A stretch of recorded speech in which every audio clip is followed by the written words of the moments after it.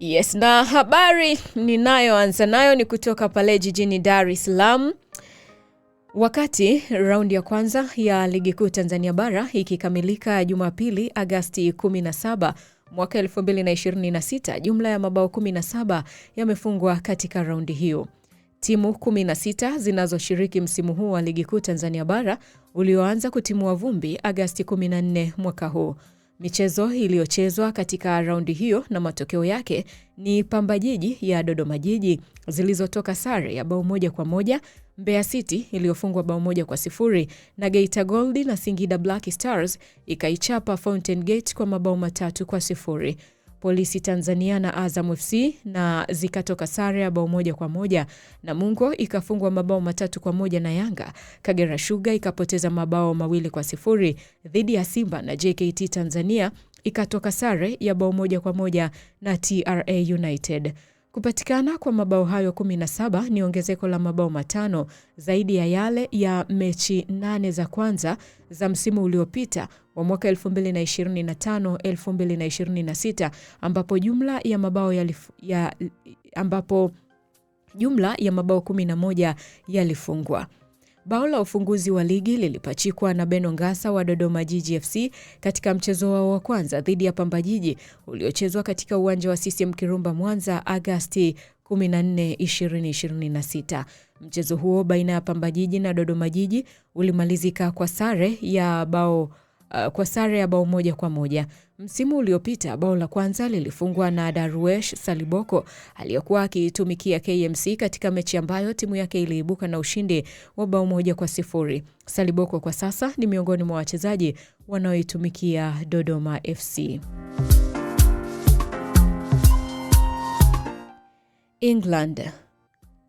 Manchester United imekwama katika harakati zake za kumsajili kiungo wa Real Madrid Eduardo Camavinga baada ya mchezaji huyo kusisitiza kuwa hana mpango wa kuondoka katika klabu hiyo ya Hispania. United ilifanya mawasiliano na mwakilishi wa Camavinga Julai mwaka huu ikitaka kufahamu uwezekano wa kumsajili kiungo huyo wa kimataifa wa Ufaransa. Hata hivyo, Camavinga amekuwa akitoa msimamo mmoja kwa klabu zote zinazomfuatilia kwamba anataka kuendelea kuitumikia Real Madrid. Kwa mujibu wa mwandishi maarufu wa habari za uhamisho wa wachezaji Fabrizio Romao, Man United iliwasiliana na mawakala wa Camavinga ili kupata taarifa zaidi kuhusu upatikanaji wa kiungo huyo. Hata hivyo, Romao amefichua kuwa jibu la Camavinga kwa Manchester United na klabu nyingine zilizokuwa zikimwania limekuwa lile lile, anataka kubaki Real Madrid.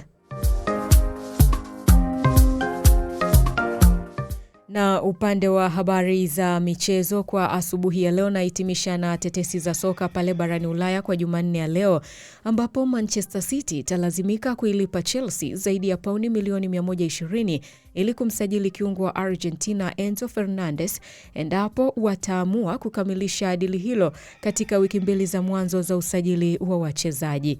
Chelsea inataka takriban pauni milioni 100 kumwachia winga wa Ureno Pedro Neto mwenye umri wa miaka 26 msimu huu wa joto, huku klabu ya Al Hilal ya ligi ya Saudi Pro ikihusishwa na mpango wa kumsajili.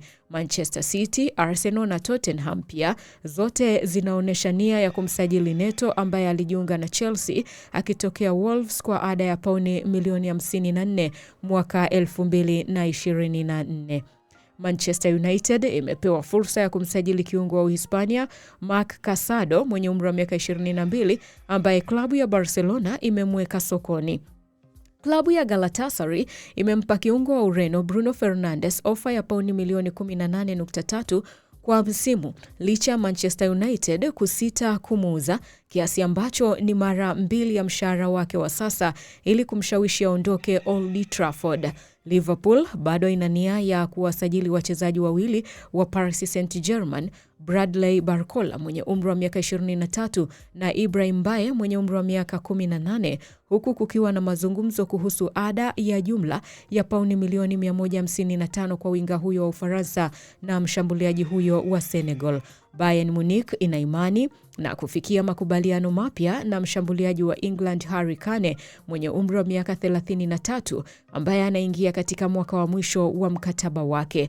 Como wamewasilisha ofa ya kumsajili mshambuliaji wa Fiorentina na Italia Moise Kean mwenye umri wa miaka 26 kwa mkopo mwenye kipengele cha lazima cha kumpatia mkataba wa kudumu katika dili lenye thamani ya pauni milioni 25.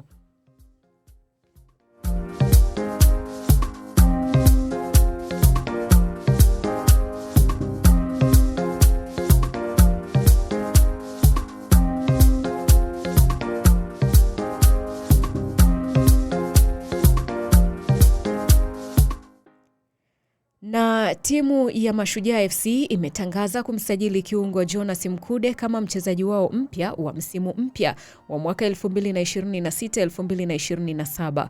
Mkude ambaye aliwahi kuwa nahodha wa zamani wa Simba anajiunga na Mashujaa FC kama mchezaji huru.